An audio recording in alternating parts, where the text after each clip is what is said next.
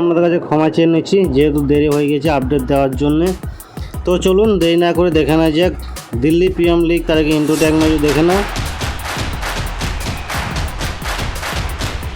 তো বন্ধুরা ইন্ট্রোর শেষে আপনাদের যে হাজির হলাম দিল্লি প্রিমিয়ার লিগ 2026-এর 18ই আগস্টের ম্যাচ শেষে পয়েন্টস টেবিল।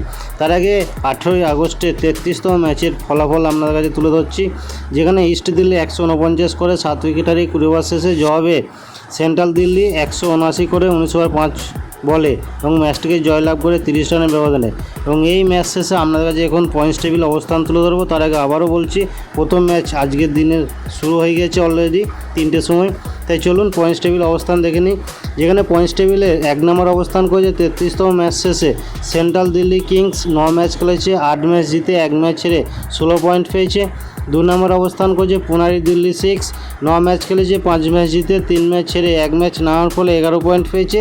3 নম্বর অবস্থান করেছে আউটার দিল্লি ওয়ারিস। 8 ম্যাচ খেলেছে, 5 ম্যাচ জিতে 2 ম্যাচ হেরে 1 ম্যাচ নেওয়ার ফলে 11 পয়েন্ট পেয়েছে। 4 নম্বর অবস্থান করেছে সাউথ দিল্লি সুপারস্টার্স।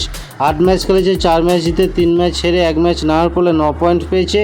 5 নম্বর অবস্থান করেছে নর্থ দিল্লি স্ট্রাইকার্স। 8 ম্যাচ খেলেছে, 3 ম্যাচ জিতে 4 ম্যাচ হেরে 1 ম্যাচ নেওয়ার ফলে 7 পয়েন্ট পেয়েছে।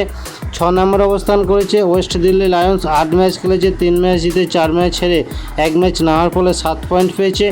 7 নম্বর অবস্থান করেছে ইস্ট দিল্লি রয়্যালস। 8 ম্যাচ খেলেছে, 1 ম্যাচ জিতে 6 ম্যাচ হেরে 1 ম্যাচ নেওয়ার ফলে 3 পয়েন্ট পেয়েছে। 8 নম্বর অবস্থান করেছে নিউ দিল্লি স্ট্রাইকার। 8 ম্যাচ খেলেছে, 1 ম্যাচ জিতে 7 ম্যাচ হেরে 2 পয়েন্ট পেয়েছে।